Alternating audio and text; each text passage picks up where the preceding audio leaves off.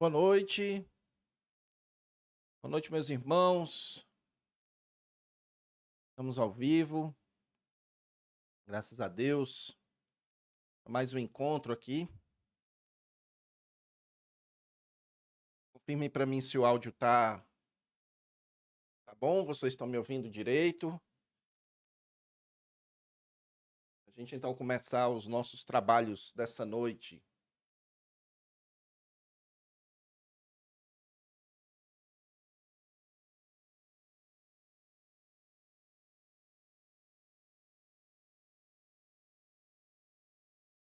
Ok, irmã Genilda, obrigado. Obrigado aí quem já chegou, irmã Rejane, Helder, Henrique Souza, Damião.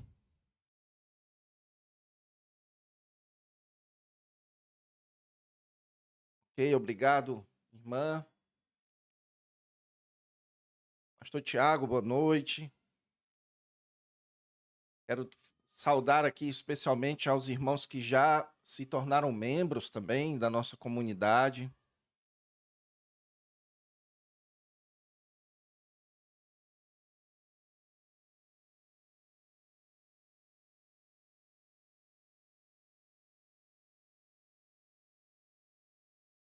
Ó, o irmão Lucivaldo é quase meu vizinho aqui, mora nos bancários. Qualquer dia desse aparece lá na nossa igreja. Será um prazer conhecê-lo pessoalmente, meu irmão.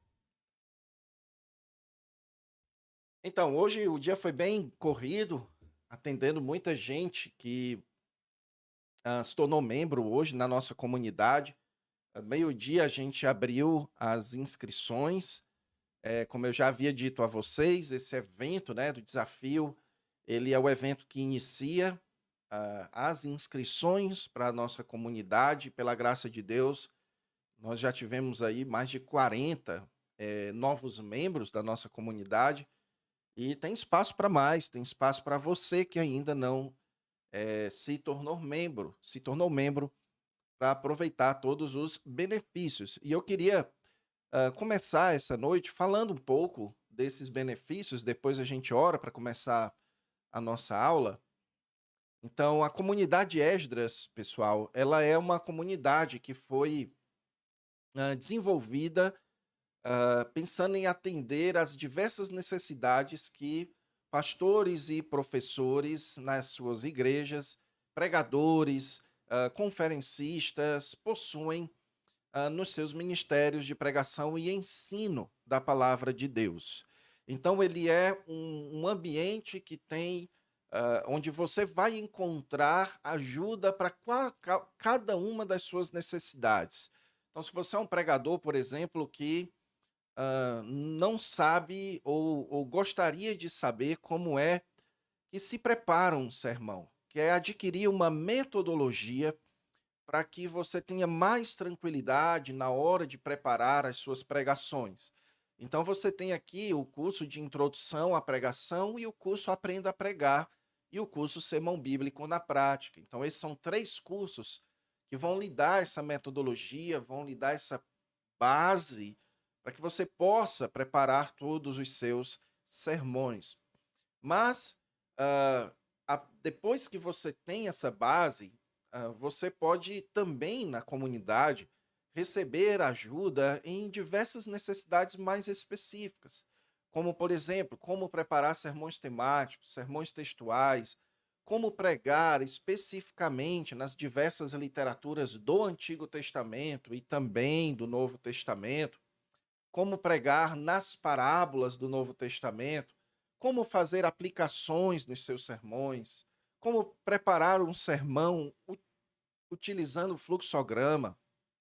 Tem um curso de lógica para pregadores, que é um dos meus prediletos, e um curso que muitos alunos me agradecem muito por ele, porque ele é um curso que faz com que os seus sermões eles se tornem mais claros, mais didáticos. Então, ah, a comunidade, Esdras, ela é uma comunidade onde você está sempre tendo as suas necessidades atendidas.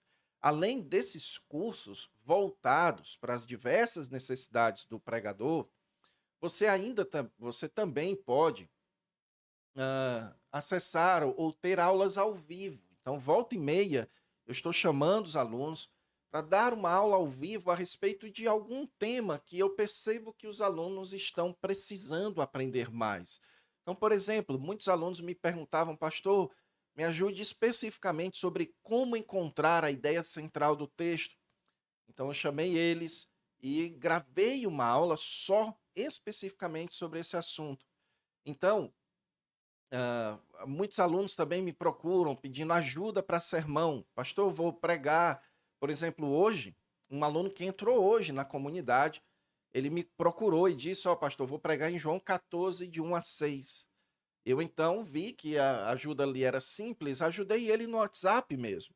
Mas, se eu percebesse que ele precisava de uma ajuda um pouco mais trabalhada, eu chamaria ele para a gente fazer um encontro ao vivo e eu gravaria para ajudar outros alunos e colocaria aqui na plataforma. Então, como eu disse a vocês, é um ambiente para quem quer que alguém segure na sua mão e lhe ajude a avançar, a ter bons resultados frutíferos na obra de Deus, no seu ministério da pregação. Além disso, você vai ter acesso a diversos cursos de teologia, você vai ter acesso a todos os meus esboços, todas as minhas pregações, e, para mim, algo que sozinho já valeria o que você paga na comunidade é esse curso de inglês. Acredite, pessoal, eu poderia oferecer esse curso de inglês aqui pelos R$ 37,50 por mês da comunidade. Só esse curso de inglês, tá certo? Se você for procurar por aí, dificilmente você vai encontrar um curso de inglês que seja oferecido como parte de uma assinatura com todos esses outros benefícios aqui. Então você também tem esse curso de inglês.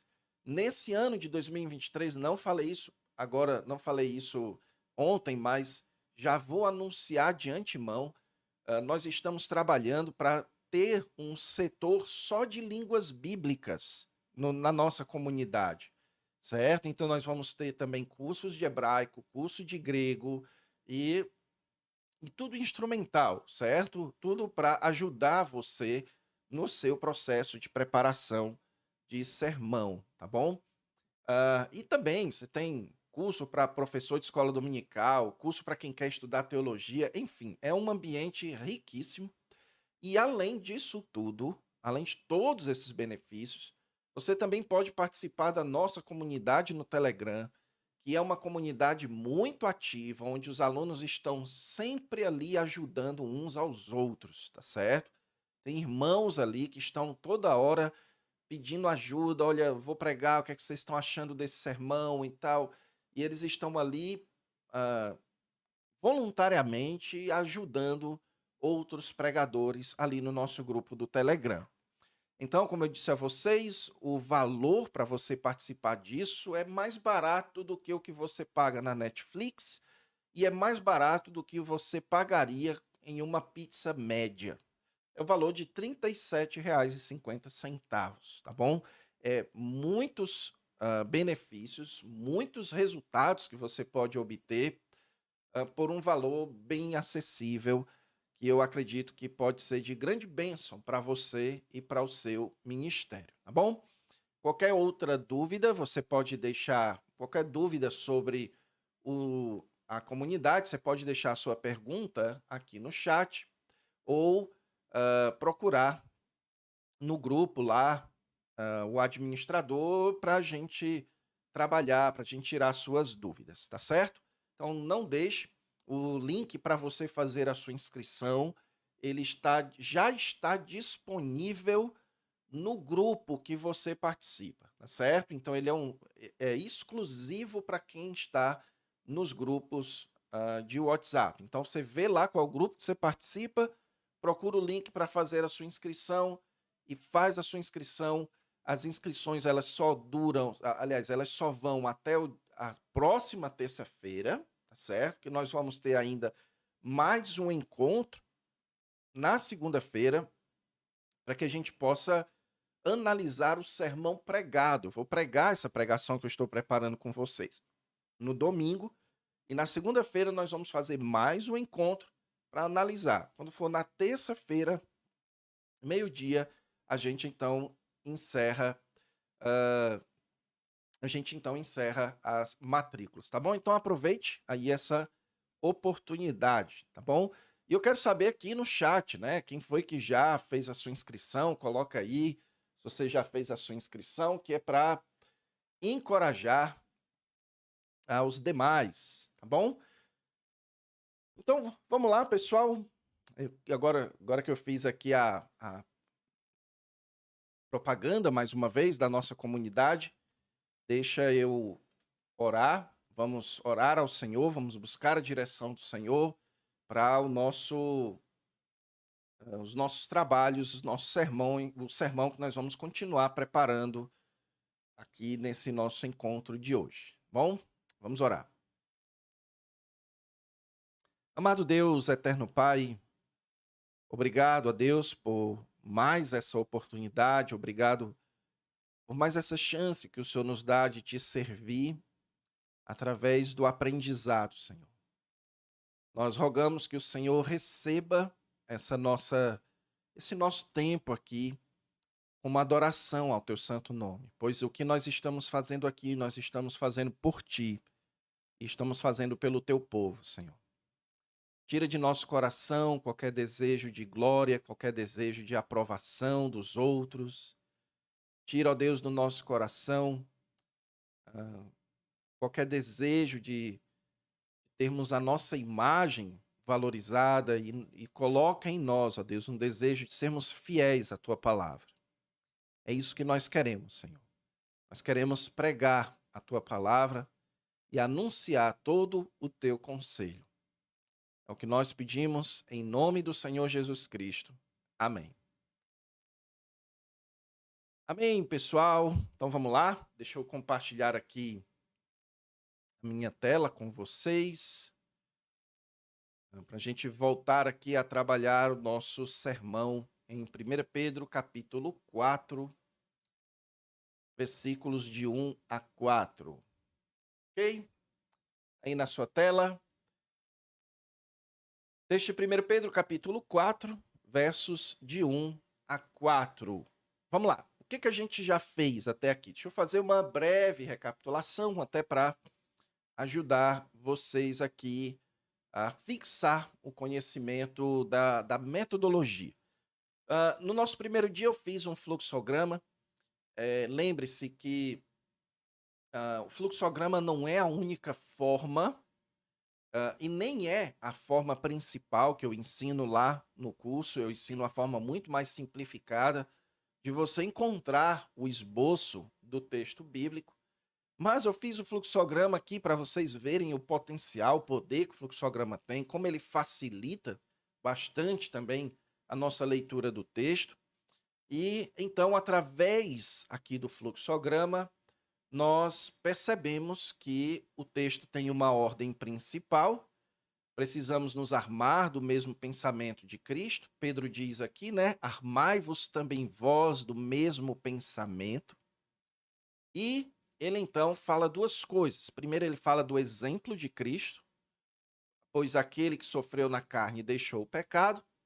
E depois ele fala para que vivamos uma vida transformada, ou para que vivais de acordo, mas de acordo com a vontade de Deus, não mais segundo as paixões dos homens, tá certo?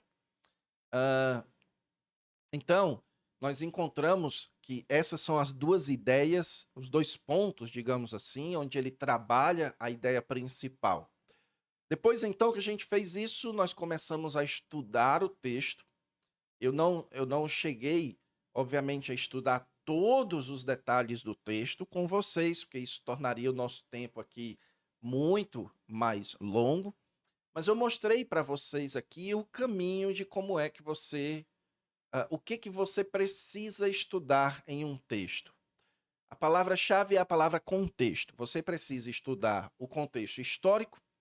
Então, nós vimos aqui a situação histórica, o que foi aquilo que provocou a escrita desse texto.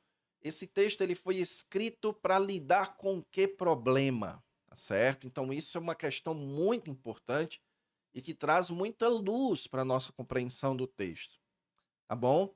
Ah, também o contexto literário, onde você vai entender o texto dentro daquilo que já estava sendo dito pelo apóstolo Pedro na sua carta. Então, qual a relação que esse texto tem com os textos que vieram antes? Isso é muito importante e também traz muita luz sobre a nossa compreensão do texto. E em terceiro lugar, o contexto gramatical, ou seja, o estudo do texto em si, onde você vai estudar as palavras do texto e você também vai estudar as sentenças do texto. Quanto às palavras do texto, você vai selecionar quais são as palavras-chaves e você então vai fazer a pesquisa do significado dessas palavras. Depois, quanto às sentenças do texto, você vai fazer o seu próprio comentário, como se você estivesse pregando. Você vai ler, por exemplo, tendo Cristo sofrido na carne. O que é que isso significa? Qual a função dessa sentença na frase? Armai-vos também vós do mesmo pensamento. O que é que isso significa? Qual a mensagem que isso aqui está tentando passar? Então vai explicando, como se você estivesse já pregando e você vai utilizando as informações que você já colheu nas suas pesquisas, e aqui é o ponto onde você vai consultar os comentários bíblicos, tá certo? Então, ontem nós começamos a produzir o sermão, a parte da homilética. E eu então desenvolvi a proposição que eu desenvolvi foi essa: precisamos imitar a Cristo diante do sofrimento. Essa vai ser a minha declaração principal, é o que eu vou ficar repetindo, martelando na mente dos irmãos, dizendo para eles, meus irmãos, nós aprendemos através desse texto aqui que nós precisamos imitar a Cristo diante do sofrimento. É isso que eu quero que eles saiam do sermão sabendo, lembrando que essa é a mensagem do texto de 1 Pedro, certo? Que quando Pedro diz: armai-vos também vós do mesmo pensamento, o que ele está querendo dizer é que nós precisamos imitar a Cristo diante do sofrimento. E aí, desenvolvi os dois pontos do sermão. Por duas razões. Por que, que nós precisamos imitar a Cristo diante do sofrimento? Primeiro, porque Cristo não pecou. Então, nós precisamos imitar a Cristo, porque Cristo não pecou diante do sofrimento. E segundo, para que nós não pequemos. Tá certo? Vou até mudar aqui, porque ficou até melhor. Para que nós não pequemos. Isso aqui, pessoal, que acabou de acontecer é normal, tá certo? É muito normal. Quando você está preparando um sermão, e aí você começa num dia, quando você volta do outro dia, e você acaba tendo uma ideia, uma percepção que você não teve antes, tá certo? Alguns gostam de dizer que é bom que você sempre deixe o seu sermão descansando um pouco, curtindo um pouco, né? Para que depois, quando você volta para o sermão, a sua mente está mais refrescada e você então chega ali com novas percepções, ideias que podem acabar aprimorando, tá bom? Então, além dos pontos, eu também mostrei para vocês uma técnica que é a técnica que eu utilizo nos meus sermões, uma das técnicas que eu ensino para os meus alunos, que é uma técnica de preenchimento dos pontos, que é a chamada técnica do ECA, onde em cada ponto você explica, contextualiza e aplica. O que é explicar? Você vai explicar o texto, você vai mostrar como o texto demonstra o ponto que você acabou de anunciar. Então, por que Cristo não pecou? Então, devemos imitar a Cristo diante do sofrimento. Por quê? Primeira razão, porque Cristo não pecou. Então, eu vou começar a explicar. Eu vou dizer: note, meus irmãos, que O texto diz, começa com um pois, ou seja, claramente, Pedro, ele vai aqui apresentar uma primeira razão, e ele então diz: "Pois aquele que sofreu na carne". Então, quem é esse que sofreu na carne? Bem, a resposta, obviamente, é Jesus. Ele está se referindo a Jesus, porque ele tinha acabado de afirmar: tendo Cristo sofrido na carne, armemo-nos nós do mesmo pensamento. Pois aquele que sofreu na carne, ou seja, pois Jesus deixou Pedro. Então, Pedro aqui está nos chamando a olhar para o exemplo de Cristo diante do sofrimento. E o que que ele diz que Cristo nos deu exemplo? Ele diz: ele deixou o pecado. Aí eu vou explicar, ó. O verbo deixar aqui, ele é utilizado também lá no capítulo 3, versículo 10, onde o apóstolo Pedro utiliza esse mesmo verbo e é traduzido por refrear-se. A ideia, então, de deixar o pecado é a ideia de refrear-se de pecar, de evitar o pecado.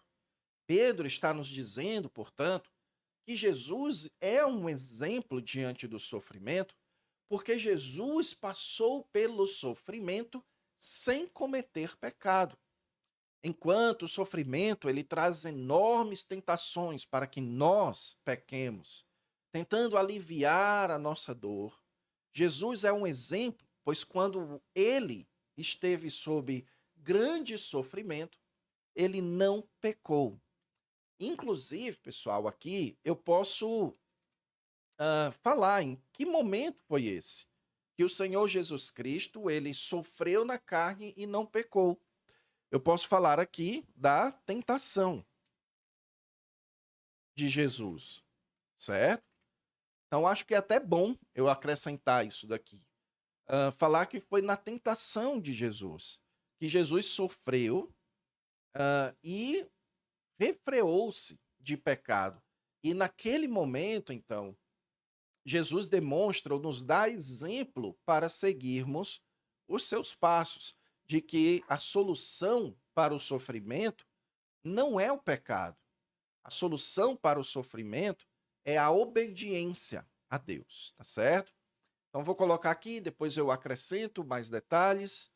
E então, depois disso, vem a contextualização, onde agora eu vou pegar essa verdade que eu acabei de explicar e eu vou trazer para os dias de hoje. Eu vou mostrar como isso é relevante para nós nos dias de hoje, tá certo? Isso é a contextualização. Depois, então, de contextualizar, onde eu mostro aqui, por exemplo, ó, a nossa geração não sabe sofrer.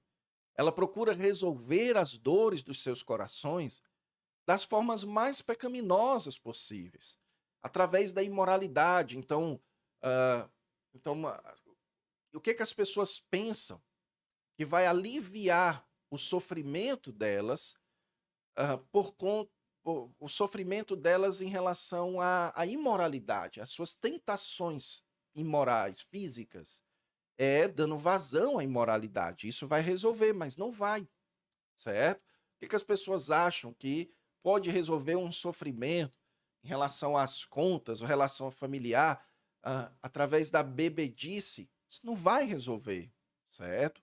Isso vai piorar. Então, aqui eu estou falando do fato de que muitas vezes nós achamos que o alívio para o nosso sofrimento é o pecado. Como a gente está sofrendo porque não quer pecar, então a gente vai pecar para parar de sofrer, certo? Então estou mostrando que o que, que o texto bíblico, então, como é que o texto bíblico lida com isso, que é uma realidade dos nossos dias. E depois, então, eu faço as aplicações. Então, é o ECA: explicação, contextualização, aplicação. E aí eu dou aqui dois conselhos. Primeiro, sempre que você estiver passando por algum sofrimento, se pergunte: se fosse Cristo sofrendo isso, o que que ele faria? Certo? Segundo, Tome muito cuidado com os artifícios do mundo de hoje que escondem a presença do pecado no meio do sofrimento. Então, muitas vezes, nós, ah, nós sofremos por causa da nossa ganância. Nós somos gananciosos. Nós queremos ganhar mais dinheiro. E aí, quando a gente não está ganhando dinheiro, a gente então entra em parafuso, a gente entra em um estado de ansiedade. E aí, ao invés de você tratar aquilo que está produzindo, o pecado que está produzindo a ansiedade, você toma um remédio para que você lide, para que você pare de sofrer, mas o pecado permanece. Então, eu também faço uma aplicação em relação a isso, porque é um problema muito comum nos dias de hoje, tá bom? E aí, então, aqui, pessoal, eu queria também, ah, ju- junto com vocês, ah, montar aqui o segundo ponto. Eu não vou conseguir montar todo o segundo ponto nesse momento, porque nós não estudamos o texto inteiro, né? Nós não trabalhamos aqui o texto inteiro. Eu vou continuar fazendo isso durante essa semana.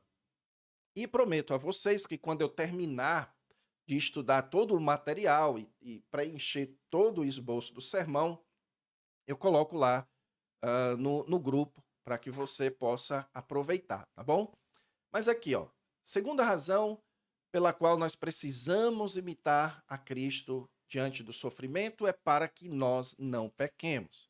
Aí o que é que nós vamos fazer? Nós vamos fazer o ECA. Primeiro a explicação, depois a contextualização e depois a aplicação. Ok? Vou dar aqui alguns espaços e começo a trabalhar. Na explicação, eu vou começar a explicar como que o texto apresenta essa ideia para que nós não pequemos. Volto aqui para o texto e pego o ponto aqui, ó.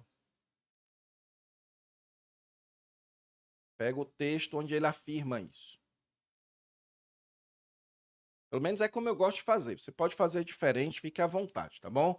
Ah, me refiro a essa parte aqui mais organizacional, né?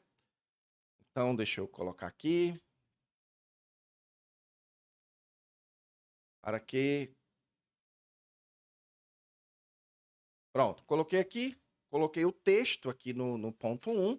E agora eu vou começar a explicar o que que eu vou usar aqui para explicar, o que que eu vou usar para preencher isso daqui que essa parte do texto aqui, que eu agora preciso explicar.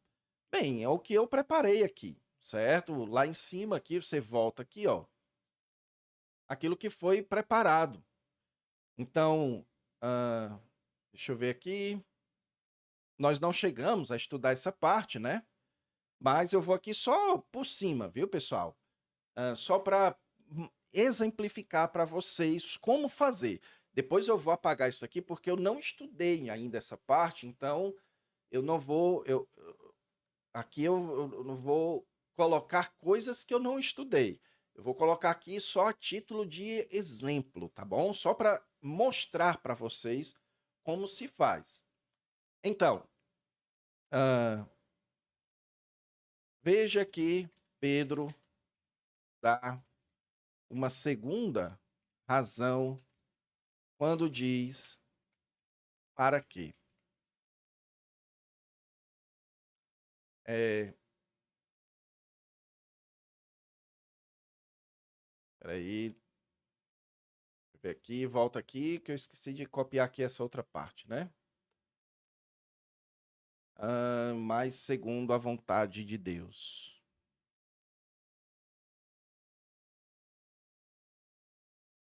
Pronto, ficou faltando aqui.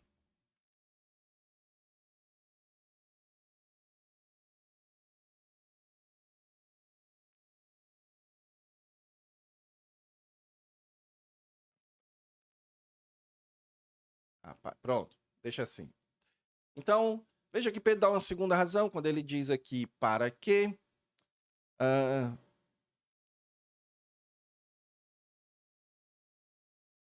ele procura nos assemelhar a Cristo, falando do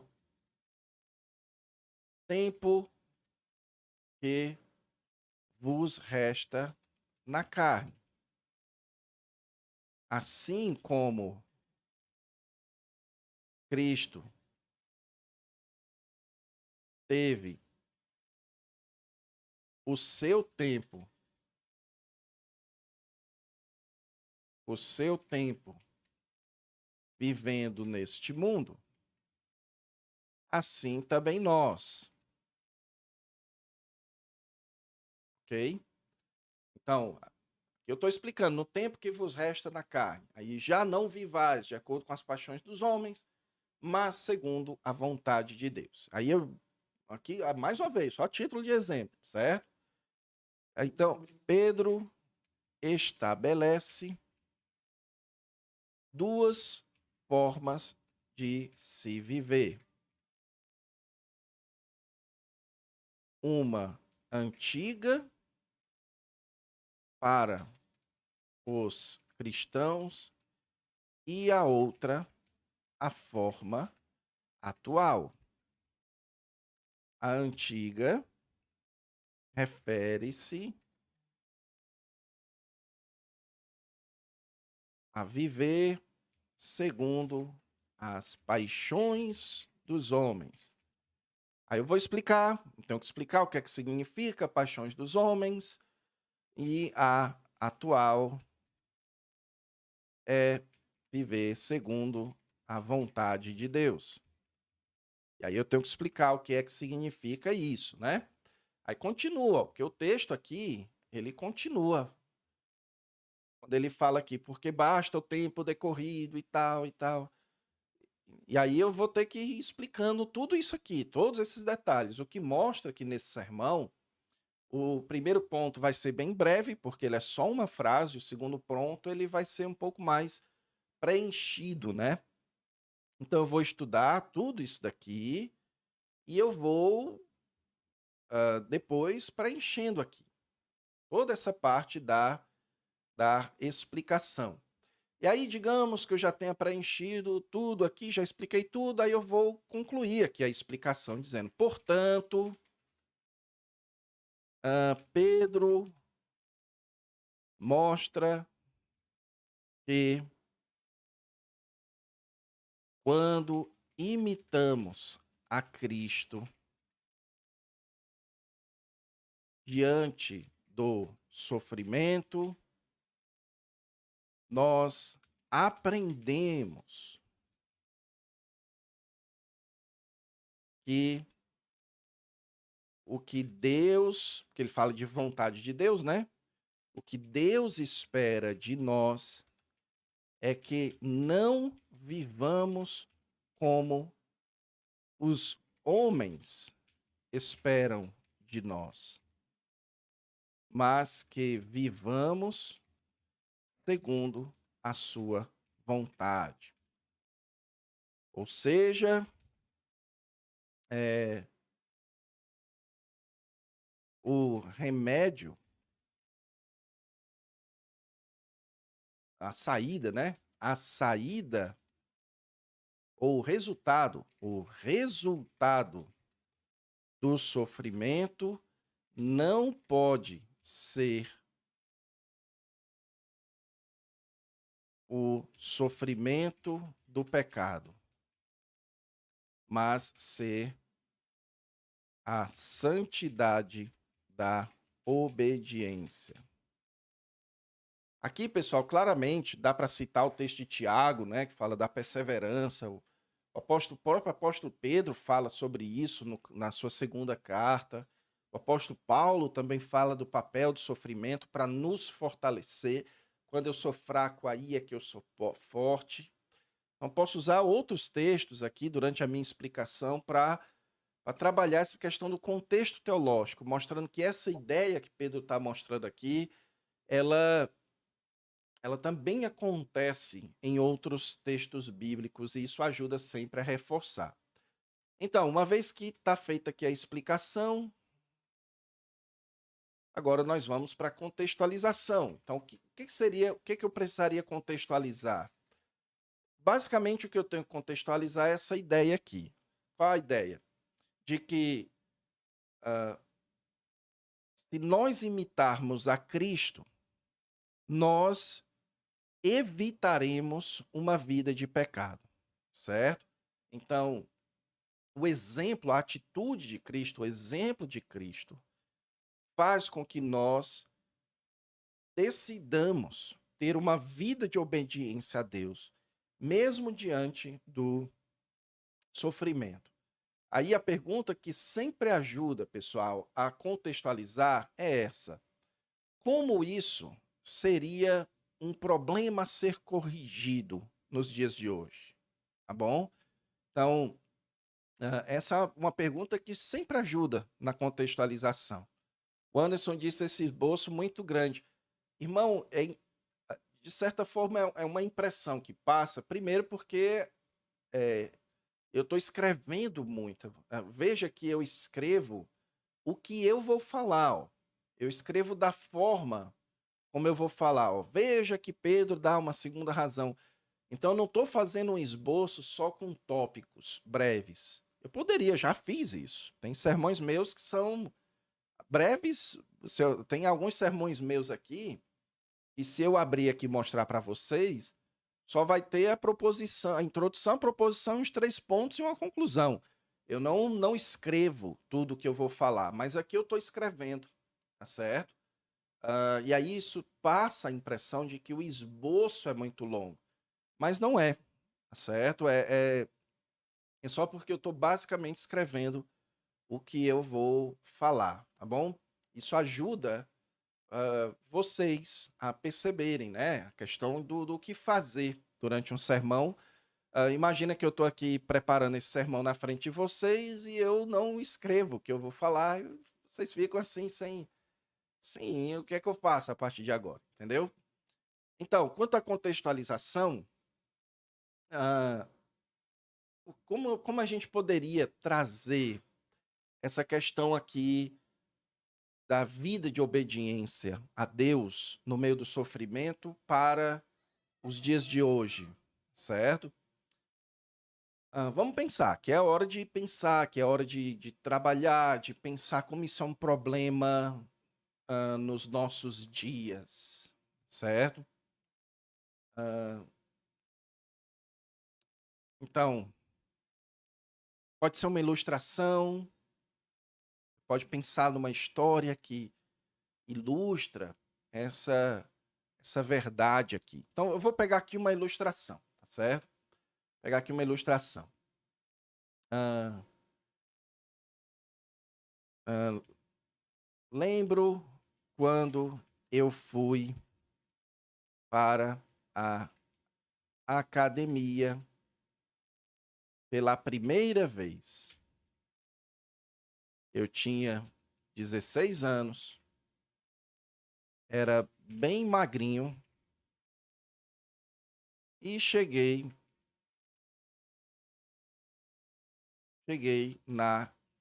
numa academia que não tinha personal. Ou seja, você chegava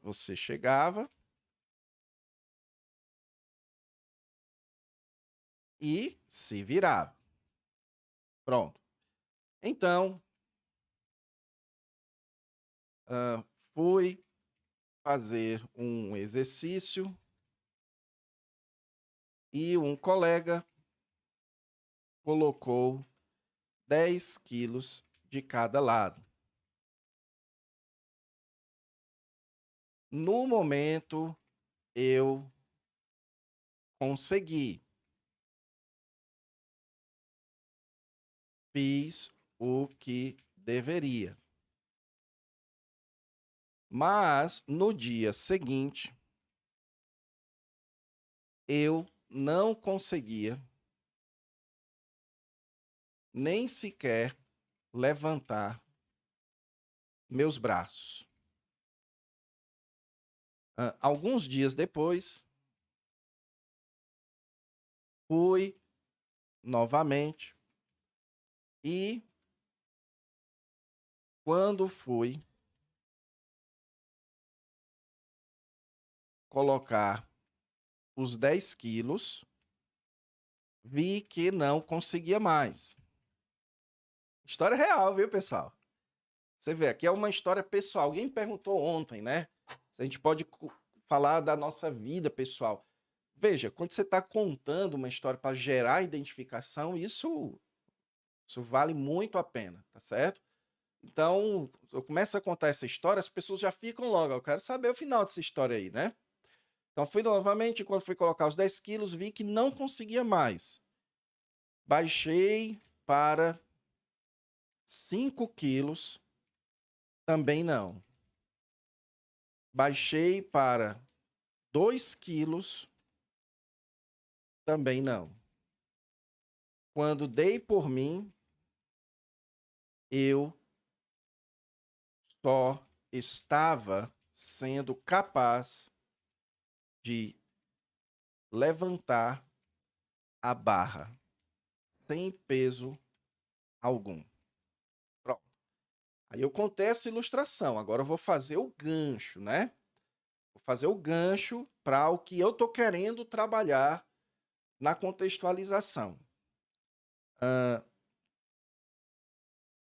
Isso ilustra bem a nossa relação com o sofrimento. Muitas vezes a gente acha que é capaz de lidar com ele sem a ajuda do Senhor. E cometendo pecados. Assim como o peso de 10 quilos, no início não me fez mal, às vezes a gente acha que o sofrimento, aliás, que cometer um pecado para evitar o sofrimento também não faz mal, certo? Não acontece isso, né? Às vezes a gente pensa assim, que mal tem, se eu vou aqui, sei lá, é, ir para um lugar que eu não deveria, que mal tem eu aqui me encher de bebida alcoólica, que mal tem eu usar aqui um remédio para eu dormir, tentar esquecer os meus sofrimentos. Ah, que mal tem, às vezes a gente tem esse pensamento assim, que mal tem, vou fazer isso daqui, todo mundo faz, que mal tem. Então é como o peso de 10 quilos lá que eu levantei. No começo eu achei que daria, estava tudo certo, né? Mas depois, mas depois a conta chega. A dor bate mais forte. Você percebe que o pecado, ao invés de aliviar, olha que legal isso aqui, ó. O pecado, ao invés de aliviar a sua dor, fez foi enfraquecer você. E agora a sua dor é maior do que antes. E a sua capacidade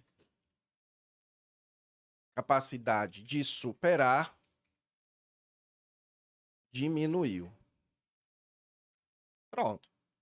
Já fiz a conexão, já trouxe para os dias de hoje, porque aí agora tá prontinho aqui para eu entrar com a lição. A lição lá do segundo ponto, né? Que como o exemplo de Cristo, ele faz isso, tá certo? o Senhor Jesus Cristo é. Deixa eu ver aqui. Não, volta. Deixa eu voltar aqui.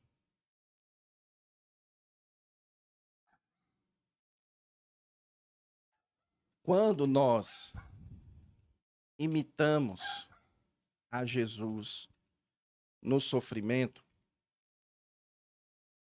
nós decidimos que o sofrimento não é um não é o momento de pecar, mas o momento de obedecer. O resultado disso é que nós aprendemos a sofrer, nos tornamos mais resistentes, mais fortes para lidar com dores até mesmo maiores. Aí aqui, pessoal, vale uma história, né? Histórias de... Aqui seria muito interessante você talvez contar uma história de alguém que, que, e como ela aprendeu a obedecer no meio do sofrimento, ela acabou se tornando ainda mais obediente. Como, por exemplo, a história de Jó, né? Vou até colocar aqui, ó. A história de Jó. Só para colocar aqui, só para lembrar, né? Antes eu, antes eu te conhecia, mas agora os meus olhos te veem, certo? Então, quando sofremos sem pecar,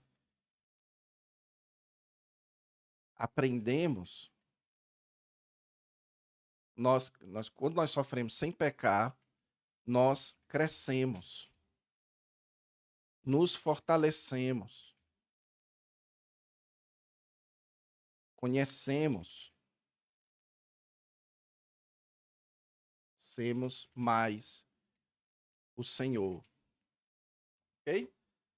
Então, aqui é a contextualização. Peguei o ponto, expliquei o ponto, contextualizei o ponto e agora vou aplicar. Qual é a diferença aqui? Vamos lá. Qual é a diferença da contextualização para a aplicação? Porque a aplicação, pessoal, agora você vai dar conselhos práticos, certo? Conselhos práticos. Pense nisso. Na contextualização, eu vou apenas mostrar como isso é um problema nos nossos dias. Na aplicação, eu vou trazer as soluções. Eu vou falar como se eu estivesse dando um conselho para alguém, ok? Então, ah, lá na nossa comunidade tem um curso só voltado, né, para aplicações. Se você tem dificuldades nessa parte das aplicações, você pode assistir lá esse curso, mas lembre-se sempre que a aplicação, pessoal, ela é uma parte difícil do sermão, porque ela depende muito da sua experiência. Depende da sua experiência de vida, da sua convivência com as pessoas, tá bom? Então, se você tem dificuldade e você é relativamente novo, ou você não é um pastor que está todo dia ali com os irmãos, então não se sinta mal com isso, tá certo? Ah, então, como é que quais conselhos nós daríamos para as pessoas aqui? Um deles seria o seguinte: treine a sua mente a pensar, a relacionar sofrimento com obediência e não com alívio, ok? Sofrimento com obediência e não com alívio, ok? Ah, aqui é sempre bom você citar situações práticas, né? Então, quando você recebe uma notícia difícil de doença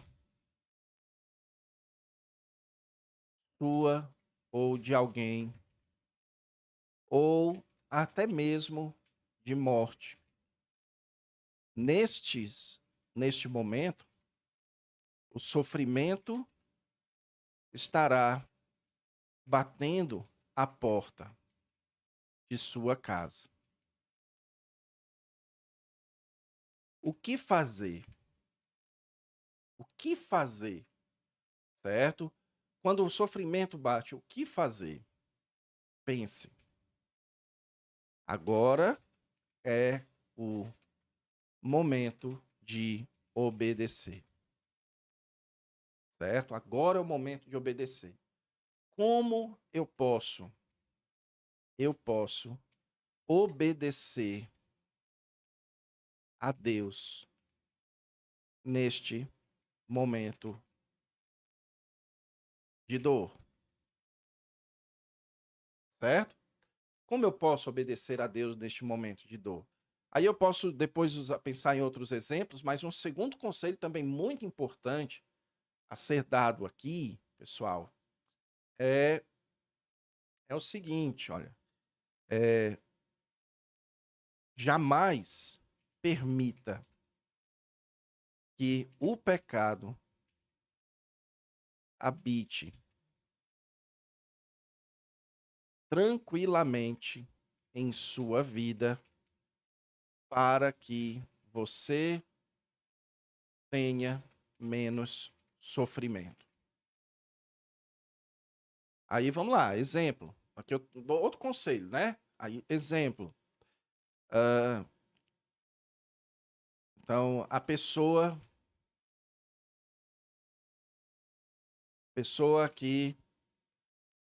é, que é desonesta no seu trabalho, desonesta no seu trabalho, desvia, desvia recursos, sonega impostos para mente para os outros com o propósito de ganhar mais, certo? Você vai ganhar mais dinheiro, mas perderá a sua força na luta contra o pecado. E aí eu posso pensar depois em outros exemplos. Então aqui há duas aplicações, né? Dois conselhos práticos. O Tiago sugere aqui: o sofrimento é capaz de nos lembrar que nosso lar não é aqui. Muito bem. Dioneia, não usar o sofrimento para justificar os erros. É isso mesmo também, certo? Tudo isso cabe. Por quê? Porque o que o apóstolo Pedro está dizendo aqui é que o exemplo de Jesus nos mostra que o sofrimento é momento de obedecer. Então, quando o sofrimento vem, nós não devemos pecar, nós devemos obedecer, certo? Então, para que vivais segundo a vontade de Deus, né? Então, ah, uma das aplicações muito boas aqui seria essa, olha, ah, não, quando o sofrimento bater na sua porta por causa dos seus próprios erros, esse é o momento de você não justificar os seus erros, não culpar os outros, mas você obedecer. O que é o certo? O que é que eu fiz de errado? Isso gerou sofrimento. Então, o que é que eu tenho que fazer de certo a partir de agora? Certo? Muito bom.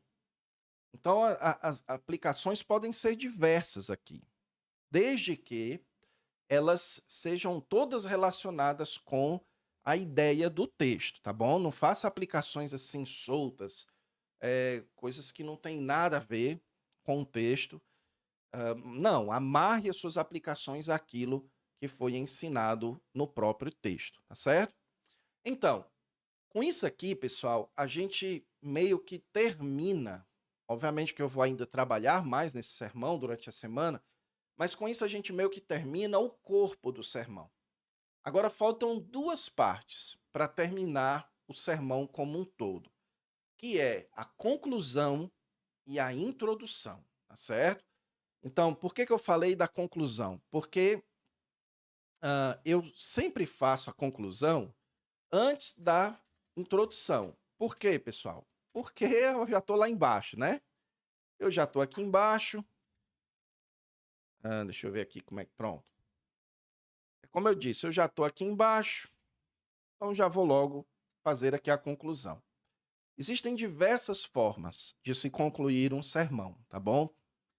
Mais uma vez, lá no curso Aprenda a Pregar, dentro da nossa comunidade, eu falo sobre essas diversas possibilidades que você pode utilizar para concluir um sermão. Eu vou usar aqui a que eu mais gosto de usar, que é qual? Apenas fazer uma recapitulação breve.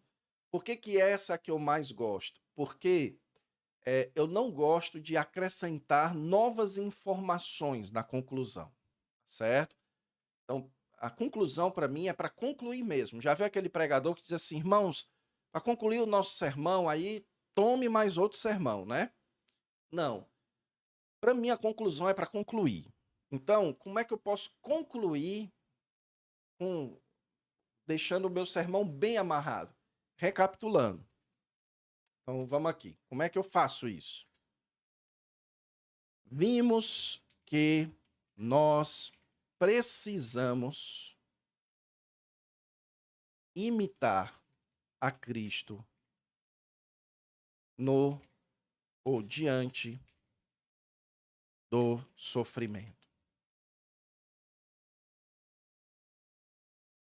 E vimos que o texto apresenta duas razões do porquê nós precisamos imitar a Cristo. Primeiro, porque Cristo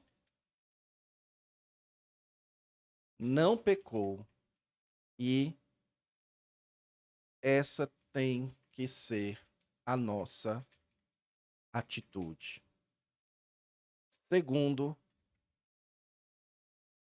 para que nós não pequemos. Cristo nos ensina que o sofrimento é momento de nos ensinar a obedecer. Ok? Então aqui está a conclusão. Aqui, pronto, concluí o sermão. Fechei, repeti a ideia central, repeti os pontos com alguma explicaçãozinha, concluído o sermão. Agora, depois de preparar o corpo, depois de preparar a conclusão, a última coisa que você vai fazer num sermão é a introdução, tá certo? Então aqui eu vou, desde já vou aqui, ó, colocar bem aqui, introdução. E aí, pessoal, vamos lá. Qual é o papel da introdução? Por favor, guarde isso na sua mente, tá bom? Isso aqui é uma lição extremamente importante para pregadores. Então, qual é o papel da introdução do sermão? O papel da introdução do sermão é chamar a atenção das pessoas e conduzi-las para a proposição, ok? Guarde isso. O papel da introdução é chamar a atenção das pessoas e conduzi-las para a proposição. Então, a introdução, a ideia de qual vai ser a sua introdução, ela começa com a sua proposição, tá certo? Então, qual é a sua proposição? Precisamos imitar a Cristo diante do sofrimento. Agora você vai pensar o seguinte: quais seriam formas eficazes de chamar a atenção das pessoas para este assunto, de levar as pessoas a quererem aprender sobre este assunto, certo? Então, por exemplo, eu posso falar aqui sobre imitação, eu posso falar a respeito de um filme, posso contar a respeito de um fato, né? Então, por exemplo, agora recentemente eu assisti com a minha família, eu estava de férias até esses dias, e aí a gente decidiu fazer uma maratona, né? De assistindo um filme por dia daquela franquia lá, Jogos Vorazes. Eu não sei quantos vocês já assistiram, eu nunca tinha assistido, a gente decidiu assistir um filme dos Jogos Vorazes por dia. E uma das coisas que esse filme mostra, né, é o papel do exemplo da protagonista. E por isso que existe todo um cuidado ali para que ela seja filmada em situações de sofrimento. Por quê? Porque o que ela fizesse na situação de sofrimento poderia estimular a toda a população a se movimentar para agir, para seguir o exemplo dela, para se rebelar contra aqueles que estavam causando o sofrimento. Então, eu posso usar isso como uma introdução. Por que, que eu usaria isso como introdução? Porque isso chama a atenção, eu estou falando a respeito de um filme, né? As pessoas já chamam a atenção, assim, e, e é o assunto aqui, tá certo? Então presta atenção aqui, ó. Ah, nesses dias, eu e minha família, ó, deixa eu falar aqui sobre você, para vocês sobre isso. Quando eu digo, pessoal, nesses dias, eu e minha família, eu garanto a você que todo mundo vai olhar, certo? Por quê? Porque as pessoas gostam de histórias de pessoas. Isso é do ser humano. Então, quando eu começo a minha introdução falando de algo que eu e minha família passamos, eu já ganho a atenção das pessoas, tá certo? Então, eu e minha família decidimos maratonar uma série de filmes chamados Jogos Vorazes. Normalmente, pessoal, eu não escrevo tudo que eu vou falar na introdução, não, tá certo? Tô escrevendo aqui para vocês entenderem um pouco. Nesses dias, eu e minha família decidimos maratonar uma série de filmes chamados Jogos Vorazes. Aí, eu vou colocar aqui, contar um pouco do enredo do filme, certo? Para contextualizar. Ah, em alguns momentos de amplo sofrimento da protagonista, havia sempre o cuidado de ter alguém filmando. Porque a forma como ela reagiria ao sofrimento iria inspirar aos inspirar a população a reagir da mesma forma. Então, quando ela se indignava contra a injustiça dos opressores, ao ver eles explodindo um hospital, isso inspirava a outros a se indignarem também. Pronto. Fiz o gancho, né? A questão trouxe o gancho da imitação. Então, quando você tem uma referência, nós gostamos de imitar, né? Então, ah, aí eu digo, olha, todos nós imitamos alguém, consciente ou inconscientemente. Eu corrigi isso aqui. E normalmente, e algo que nós imitamos é como lidar com o sofrimento, certo? Então, como lidar com o sofrimento? Daí, quando você vê uma pessoa que te inspira lidando com o sofrimento de uma forma específica, você tende a querer lidar da mesma forma, certo? Aí eu vou só aqui, só para a gente ganhar tempo, pessoal. Pedro fala do exemplo de Cristo. Pronto. Então aqui, quando eu falo Pedro fala do exemplo de Cristo, eu já vou começar a levar as pessoas para o texto, tá certo? Então aqui eu vou pegar o que eu já estudei aqui embaixo, ó. Ou para cima, né? O que eu já estudei aqui para cima, ó. Quando ele fala, ó, Pedro estabelece o exemplo. Vou copiar e colar aqui, ó.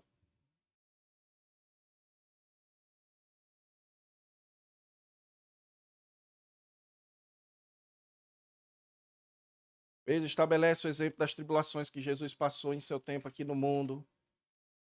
Depois,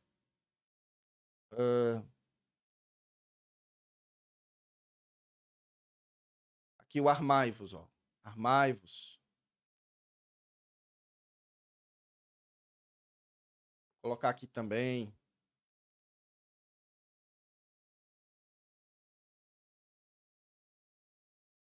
Faz negocinho chato isso aqui, rapaz. Vou fazer isso aqui, assim, pronto.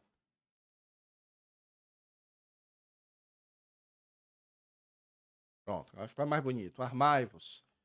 Outra coisa também. Ah, quando alguém tá. Pronto. Copiar tudo isso aqui. Vem aqui. E colo. Pronto. Então, imagine aqui, ó. Eu na introdução, estou introduzindo, vocês vão ver eu fazendo isso, né? No domingo. Aí eu digo assim, daí quando você vê uma pessoa que inspira você e a forma como ela lida com o sofrimento, você tende a aprender como é que se lida com o sofrimento também, certo? E eu posso até citar alguns exemplos e tudo mais, eu digo, no texto que nós lemos aqui, meus irmãos, Pedro utiliza Jesus como a inspiração sobre como lidar com o sofrimento. Pedro começa estabelecendo, ó, veja aqui, ó. Pedro começa estabelecendo o exemplo das tribulações que Jesus passou em seu tempo aqui no mundo, quando ele diz, tendo Jesus sofrido na carne. E ele então diz que, uma vez que Jesus sofreu na carne, nós precisamos nos armar com a mesma atitude que Jesus teve diante das suas tribulações. Armar aqui, meus irmãos, a ideia de armar é de tomar um armamento, é, é de se preparar. E Pedro, obviamente, está falando aqui de forma metafórica, que nós precisamos ter a mesma atitude de Jesus. Precisamos, veja aqui, ó, cultivar a mesma atitude que Jesus tinha diante do sofrimento.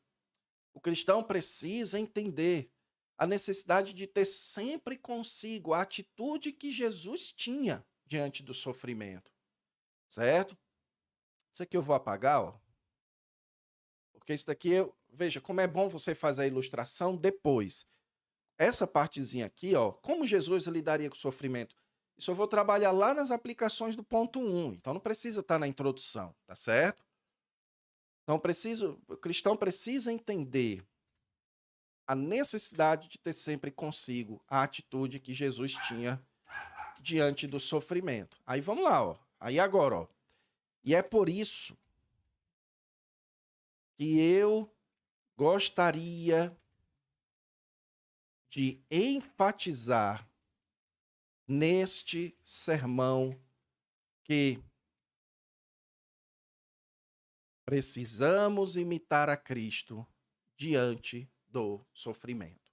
Tá certo? Precisamos imitar a Cristo diante do sofrimento.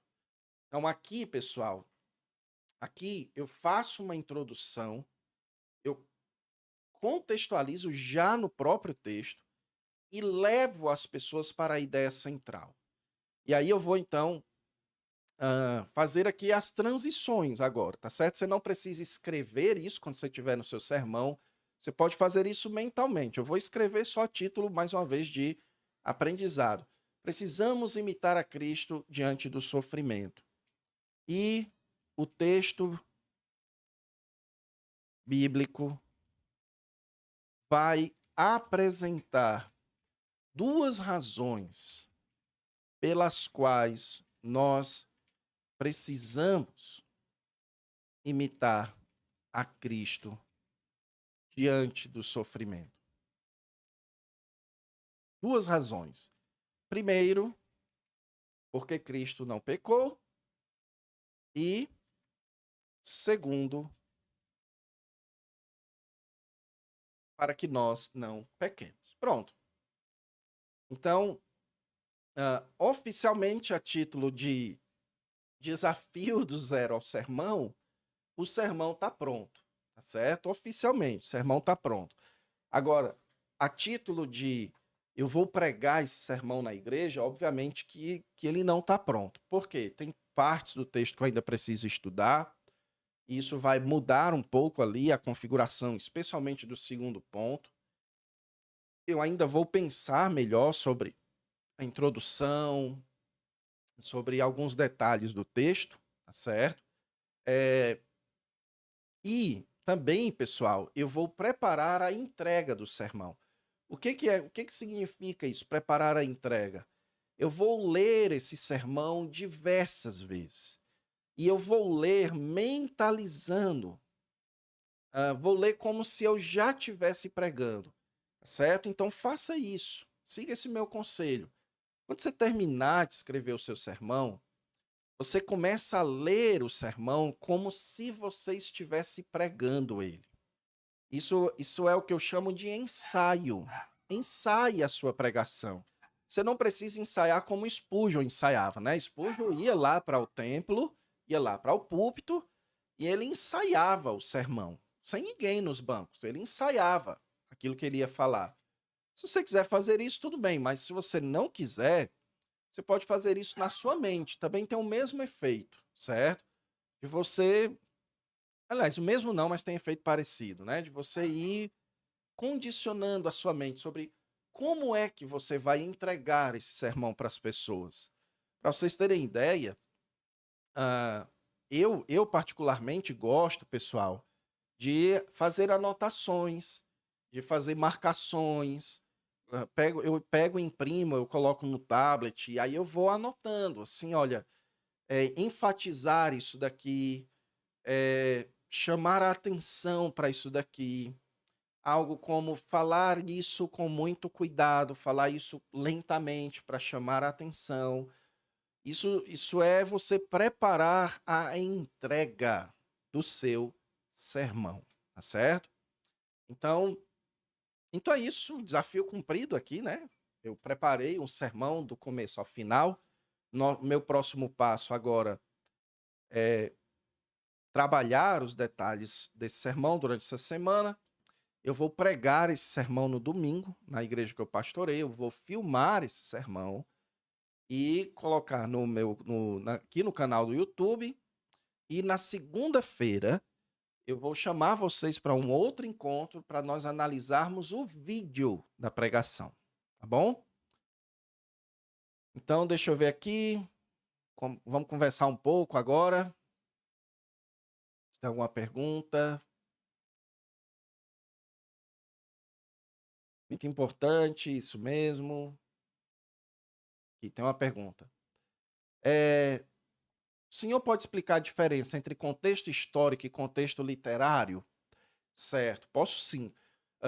O contexto histórico, ele diz respeito à situação histórica em que o texto foi escrito. O que seria a situação histórica? Seria, primeiro, as circunstâncias que levaram à escrita desse texto. Você vai se perguntar o seguinte: qual é o problema que estava acontecendo? Que quando esse texto foi escrito, ele foi escrito para solucionar, tá bom? Então, isso é um primeiro elemento do contexto histórico, as circunstâncias.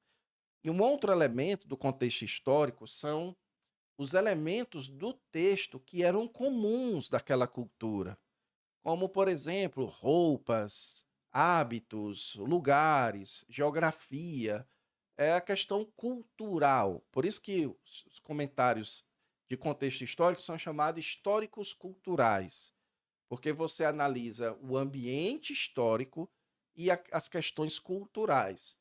Por que isso é importante? Porque isso vai ser fundamental para você trazer o texto para os dias de hoje e depois, tá bom? O contexto literário já diz respeito a texto, a relação do texto com outro texto. Qual é o contexto literário imediato aqui? É os textos anteriores. Então é você se perguntar qual é o assunto geral que Pedro estava tratando? O que é que ele vinha falando antes? Como o meu texto está localizado dentro do raciocínio de Pedro na sua carta, tá bom? E isso vai fazer com que você evite que o seu texto ele seja tirado de contexto. Ele seja um texto que fale de um assunto que não era o assunto que Pedro estava discutindo, tá bom? Obrigado, pessoal. Muita gente aqui falando que está gostando da aula, que está gostando do sermão. Graças a Deus. Eu fico bem feliz com isso, tá bom? O Lucival está dizendo, não vai comprometer o horário do culto por ser um pouco longo. Então, mais uma vez, irmão, a impressão que passa é que ele vai ser longo. Passa essa impressão. Por quê? Porque eu estou escrevendo tudo o que eu vou falar, tá certo? Mas não vai ser longo, não.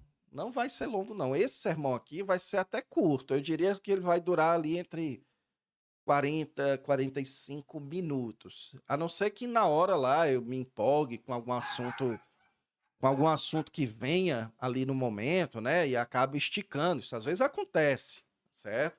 Onde na hora surge ali um ponto que você quer falar, alguma coisa que você não tinha escrito ali, e aí você acaba se delongando.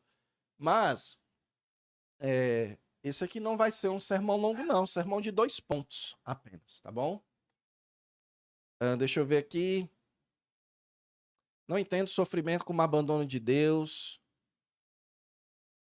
Então, Tiago, é o seguinte. Essa é uma aplicação boa. Obviamente. Mas a questão é, pense comigo, o texto, ele tá falando sobre a questão do abandono de Deus, certo? É esse aspecto. O texto está discutindo sobre isso? Não. O texto está falando de obediência, o segundo ponto, né? Que o sofrimento é momento para a obediência. Então, se é isso que o texto está falando, então as minhas aplicações elas precisam focar nisso, tá certo? Então acho que foi bom que você colocou isso para eu poder ter mais uma oportunidade de explicar esse detalhe. Hã, pronto, ó, o Jânio disse aqui, ó: "Precisamos encarar o sofrimento como uma realidade, não como justificativa para errar". Exatamente, tá certo? Exatamente. Aqui é um bom conselho para o primeiro ponto, que Jesus sofreu. Então, se Jesus sofreu, por que que nós não sofreríamos? O sofrimento faz parte da vida. Não tem como escapar do sofrimento. A questão é, Jesus não usou o sofrimento como justificativa para pecar, por exemplo, na sua tentação, né? 40 dias sem comer, vou pegar essa pedra e transformar em pão e desobedecer a ordem do Espírito Santo que me mandou para cá para passar fome. Então, eh, isso daria muito bem como uma aplicação para o primeiro ponto. Wagner pergunta qual o tempo padrão dos seus sermões. Wagner, os meus sermões duram em média 1 hora, certo? Eu costumo pregar em 1 hora. Isso porque, irmão, a minha igreja já está acostumado com isso. E, e também, eh, então eu geralmente costumo falar um pouco mais daquilo que eu escrevi, tá certo? Eu já passei por uma situação numa igreja que eu fui pastor, que os irmãos não gostavam, né, que eu pregasse 1 hora. Aí o que foi que eles queriam que eu pregasse menos tempo. Era no Rio Grande do Sul, o pessoal lá gaúcho um pouco mais rigoroso com o tempo. Aí o que foi que eu fiz? Eu comecei a me manter apenas no que eu havia escrito, tá certo? Isso reduziu um bom tempo ali na pregação, mas na minha igreja tranquilamente 50 minutos a 1 hora é o tempo que dura meu sermão, tá bom? Pastor, retornar, deixa eu ver aqui, retomar a ilustração na conclusão, o que acha? Eu acho ótimo. Geralmente, quando você retoma a ilustração da introdução na conclusão, geralmente isso tem um efeito fantástico, tá bom? Se você conseguir fazer isso, faça que é bom. O Elias disse que pena, última encontro esse desafio. Não, segunda-feira que vem, viu? Segunda-feira que vem temos mais um encontro para falar aqui de oratória. Então, sermão pronto, sermão pregado, sermão filmado.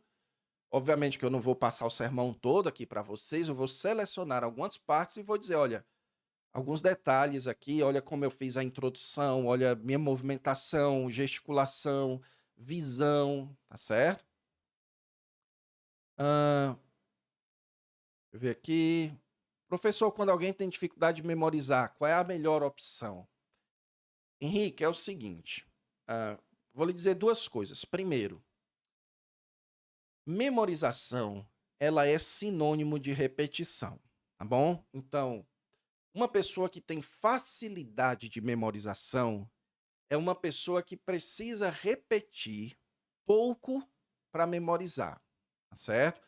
Então, por exemplo, ah, uma pessoa que tem facilidade em fisionomia é uma pessoa que só precisa ver você uma vez. Ela viu você uma vez, a sua imagem já gravou na mente dela e ela vai lhe ver daqui a 10 meses, 1 ano e ela vai lembrar do seu rosto. Já tem pessoas que têm muita dificuldade de fisionomia. Se ela lhe ver só uma vez, amanhã ela já esqueceu o seu rosto.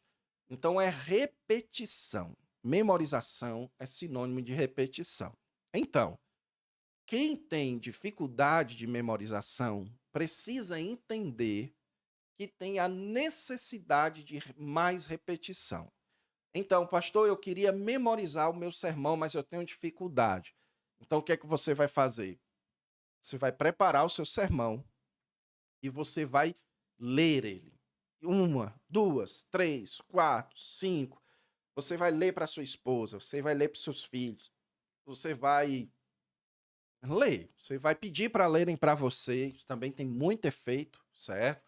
você vai pedir para lerem o seu sermão para você, enfim, você vai encher a sua cabeça, vai repetir, repetir, repetir, repetir, e aí você vai memorizar, se não tudo, mas uma boa parcela, tá certo? Agora, pastor, eu memorizo, eu repeti 1000 vezes e ainda assim não memorizei.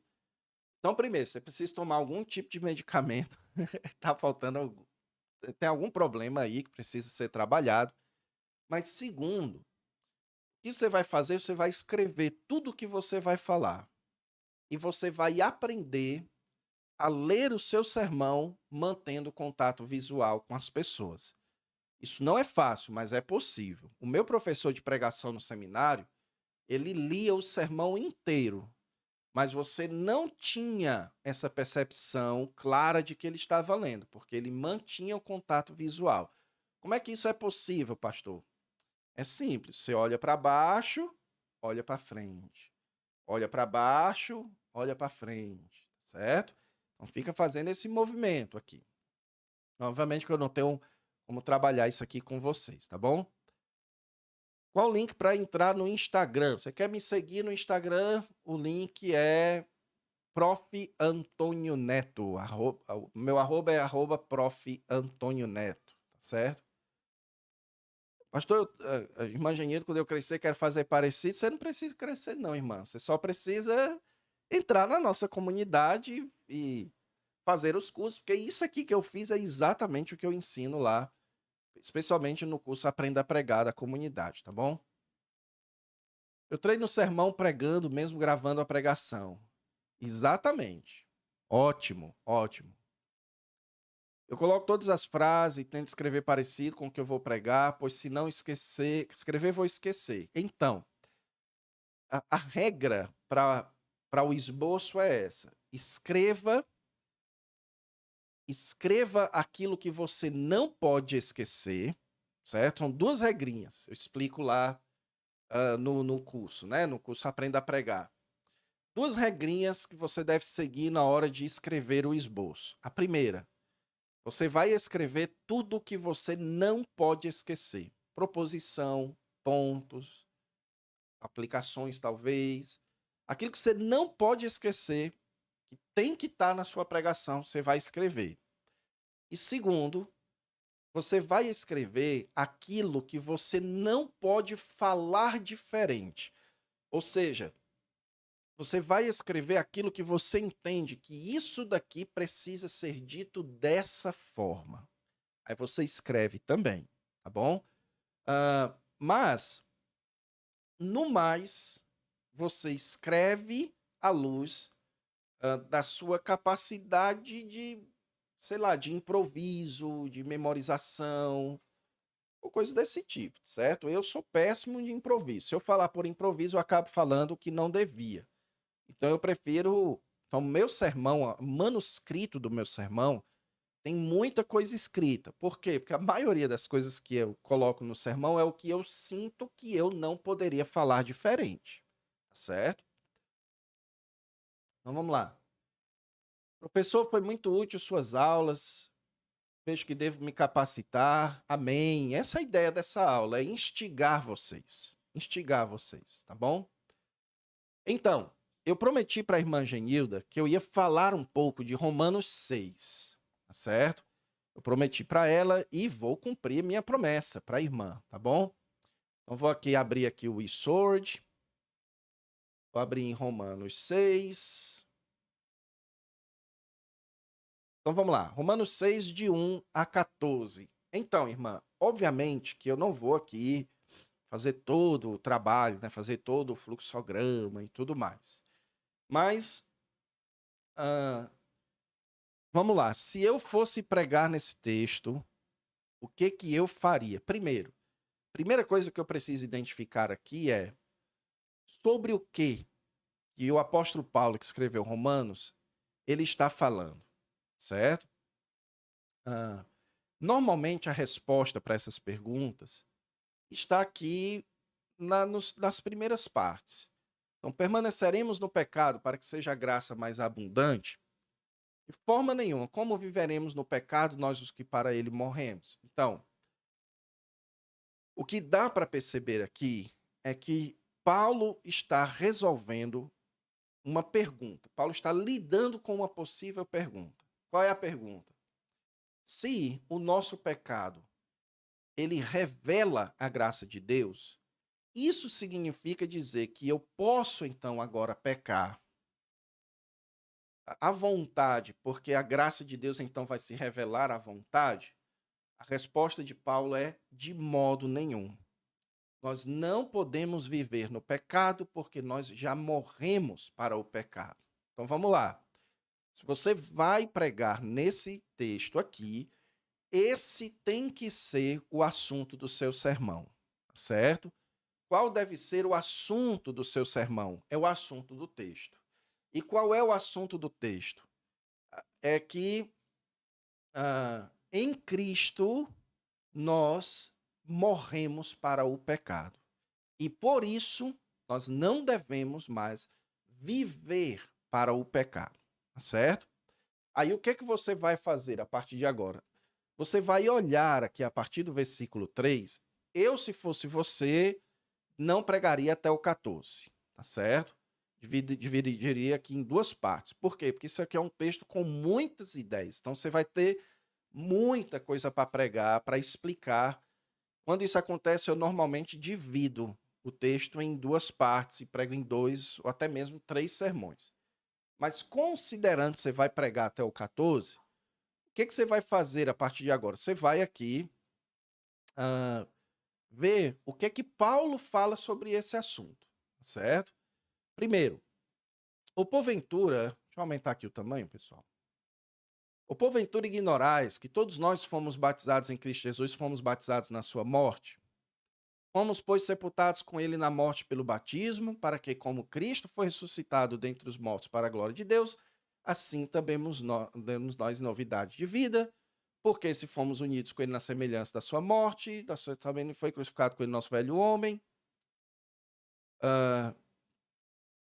Deixa eu ver aqui. Tô lendo o texto, certo? Pois quanto a ter morrido. Pronto. Então aqui, ó. Veja. Do versículo 3.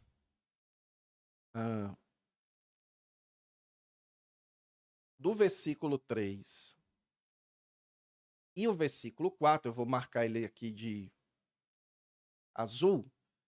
No versículo 3 e no versículo 4, certo? O apóstolo Paulo estabelece que nós precisamos, como viveremos ainda no pecado, nós os que para ele morremos, nós não podemos viver no pecado, nós precisamos viver em novidade de vida, certo? Viver uma nova vida sem a prática do pecado, primeiro por causa da nossa união com Cristo, tá certo? Então, aliás, por causa da obra de Cristo. E aí o apóstolo Paulo, ele fala primeiro, por causa da obra de Cristo. O apóstolo Paulo, ele fala que quando nós fomos batizados, nós somos unidos a Cristo na sua obra. Então, assim como Jesus morreu e ressuscitou para uma nova vida, se nós fomos unidos à obra de Cristo, nós também morremos e ressuscitamos para uma nova vida, ok? Depois, versículos 5 até o 7, aqui nós temos uma outra coisinha que Paulo fala.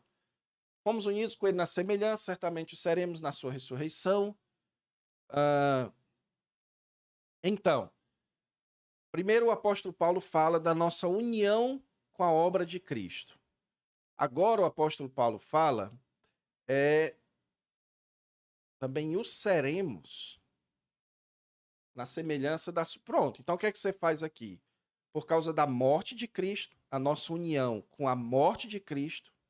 Segundo, a nossa união com a ressurreição de Cristo. Ele fala também o seremos na ressurreição, certo? E aí ele diz aqui, ora, se já morremos com Cristo, cremos. Pronto. Então, se eu fosse você, pregaria até aqui, ó, do 1 ao 7. Tá certo? Do 1 ao 7. Por quê? Porque do 8 ao 14, nós temos as implicações da união na morte e na ressurreição. Então, qual é a implicação? Se já morremos com eles, também com ele viveremos. Então, a morte não tem mais domínio sobre ele. Então, porquanto a ter morrido, morreu uma vez para o pecado e vive para Deus. Assim também vós considerai-vos mortos para o pecado, mas vivos para Deus. Então, aqui, olha só que legal. O apóstolo Paulo, ele fala primeiro da nossa união na morte, depois ele fala da nossa união na ressurreição. E aí, quando ele vai para a implicação, ok, então o que é que isso implica na prática? Ele fala da implicação da nossa união na morte, aqui dos versos 8 a 11. Então, se eu fui morto para o pecado, então eu devo viver para Deus, certo? A morte não tem domínio sobre mim e eu devo viver para Deus. E agora ele vai falar da implicação da ressurreição. Portanto, não reine o pecado em vosso corpo mortal, certo? Mas oferecei-vos a Deus como ressurreto dentre os mortos. Então, veja, implicação da morte, implicação da ressurreição, certo? Aí você pergunta, pastor, como é que você percebeu tudo isso assim, nessa sua leitura? É simples, pessoal. É você treinar a sua mente a, a ler o texto nessa perspectiva. Qual é o assunto do texto? E o que o texto está falando agora sobre esse assunto? Agora ele fala sobre isso. Depois, agora ele está falando sobre isso. Agora sobre isso. Agora sobre isso. Certo? Então, meu conselho para você, se você precisa pregar, irmã Genilda, do verso 1 até o verso 14, o que eu não recomendo, porque vai ser uma pregação com muita coisa para você explicar, mas se você for fazer isso, certo? Você faça aqui um sermão de 2 pontos, tá bom? De 2 pontos. A proposição vai ser em torno disso, como viveremos no pecado nós os que para ele morremos. O primeiro ponto vai ser do versículos 3 a 7, falando da nossa união na morte e ressurreição de Cristo. E o segundo ponto vai ser dos versos 8 a 14, falando das implicações da nossa união com a morte e a ressurreição de Cristo, tá certo? Aí você pode trabalhar aí para tornar isso mais didático para os irmãos. Eu espero ter ajudado a irmã, tá bom? Deixa eu ver aqui. Lucivaldo pergunta qual é o horário dos cultos da sua igreja, 6h30 no domingo, tá bom? Plataforma do curso continua sendo no TRO? Não, irmão, não. Quem é meu aluno na Nutro, se quiser, pode continuar na Nutro, não vai sofrer nenhum tipo de prejuízo não, tá bom? Vai continuar lá, os cursos vão continuar lá e tudo mais. Mas os novos alunos, os alunos que começaram a participar dos cursos do meu ministério a partir de 2023, eles já estão numa outra plataforma, que é a plataforma da Green. É uma nova empresa aí que me convenceu de que faz um bom serviço, tá bom? A Regiane, pastor, passa os links dos aplicativos para Android. Irmã, tem um problema, é que eu não uso Android, tá certo? E aí eu não costumo usar os aplicativos para Android no meu celular. Mas eu vou lhe prometer uma coisa. Eu vou pegar um celular Android que tem aqui em casa, eu vou baixar esses aplicativos e eu vou filmar lá para mandar para vocês. É uma promessa minha, tá certo?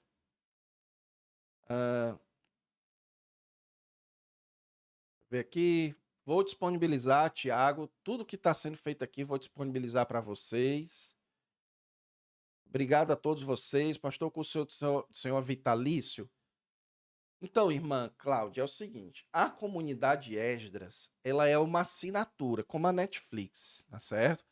Então, como alguém disse em um dos grupos hoje, é a Netoflix, né? Meu nome é Antônio Neto, então é a Netoflix. Então, você permanece enquanto você julga necessário para o seu ministério, tá certo? Hã, amém. Então é isso, não tem mais nenhuma pergunta aqui. Com isso, então, vou encerrando, pessoal. Encerro aqui o nosso encontro de hoje. Agradeço a vocês pela paciência, agradeço a vocês por terem me acompanhado até aqui. Hoje nós tivemos, deixa eu ver aqui, um total de 252 pessoas no total passaram por aqui, depois vão voltar, obviamente. Mas agradeço demais de coração por vocês terem ficado comigo durante esses 4 últimos dias. Deixo aqui mais uma vez meu encorajamento. Se inscreva na comunidade. eh, Se desafia a isso, pelo menos, tá certo? Custa R$ 37,50 a sua inscrição. Então pense o seguinte: olha, eu vou me desafiar, eu vou me inscrever aqui para o primeiro mês. E vou me desafiar a ver se isso daqui realmente vai ser bom para o meu ministério, tá bom? E eu garanto a você que se você tiver uma certa disciplina para estar sempre ali na plataforma, interagindo também com as pessoas no grupo, você vai ser muito abençoado, tá bom? Então é isso, eu vou encerrando aqui, que a graça do Senhor Jesus Cristo, que o amor de Deus, nosso eterno Pai, e as consolações do Espírito Santo estejam com todos vocês. Um grande abraço, Deus abençoe. Até segunda-feira, tá bom? Aqui nos nossos encontros, mas a gente continua conversando pelo WhatsApp. Um grande abraço. Deus abençoe.